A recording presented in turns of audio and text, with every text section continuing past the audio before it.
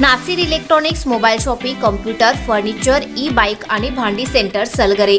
आता सर्व काही एकाच छताखाली. मिरज पूर्व भागातील सर्वात भव्य 15,000 स्क्वेअर फुटांचे 3 मजली भव्य शोरूम. लग्न समारंभासाठी लागणारी सर्व प्रकारची भांडी, मेकअप साहित्य, furniture, sofa set, LED TV, fridge, washing machine असंख्य व्हरायटीमध्ये उपलब्ध. सोबतच या खरेदीवर 20% सूट. कोणत्याही मोबाईल खरेदीवर 500 रुपये डिस्काउंट. फक्त 1 रुपयात आधार पे उधार ऑफर. कोणतीही वस्तू सुलभ हप्त्याने किंवा बजाज फायनान्सच्या साहाय्याने मिळण्याची सोय. त्वरा करा, आजच भेट द्या. पत्ता: Nasir mobile shopping, post office समोर, सलगरे.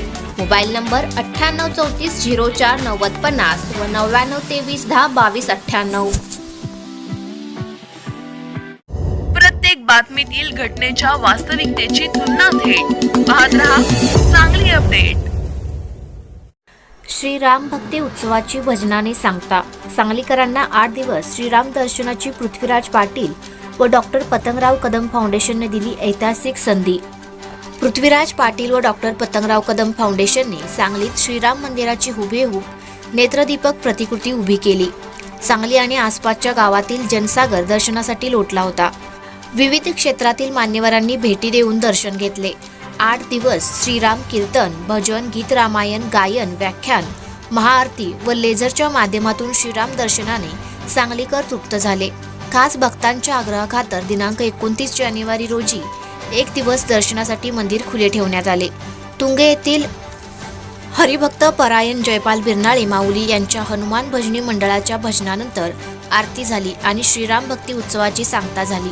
यावेळी या भक्ती उत्सवात सहकार्य केलेल्या सर्वांचे पृथ्वीराज पाटील यांच्या हस्ते सत्कार करण्यात आला. यावेळी पृथ्वीराज पाटील म्हणाले, सर्वांनाच यावेळी अयोध्येला जाता येईलच असे नाही, म्हणून आम्ही सांगलीत श्रीरामाच्या अयोध्येतील मंदिराची प्रतिकृती उभी करण्याचा संकल्प सोडला. Prithviraj Patil foundation, doctor Patangrao Kadam foundation आणि गुलाबराव पाटील मेमोरियल ट्रस्टच्या सहकार्याने हा संकल्प पूर्ण करू शकलो. महापालिका, पोलीस खाते, वीज वितरण कंपनी, देणगीदार यांचे उत्कृष्ट सहकार्य लाभले, म्हणून हा उपक्रम यशस्वी झाला, असे पृथ्वीराज पाटील म्हणाले. सांगलीकरांनी दर्शनासाठी केलेल्या गर्दीने आम्ही भारावून गेल्याचा त्यांनी खास उल्लेख करून तमाम सांगलीकरांचे आभार मानले.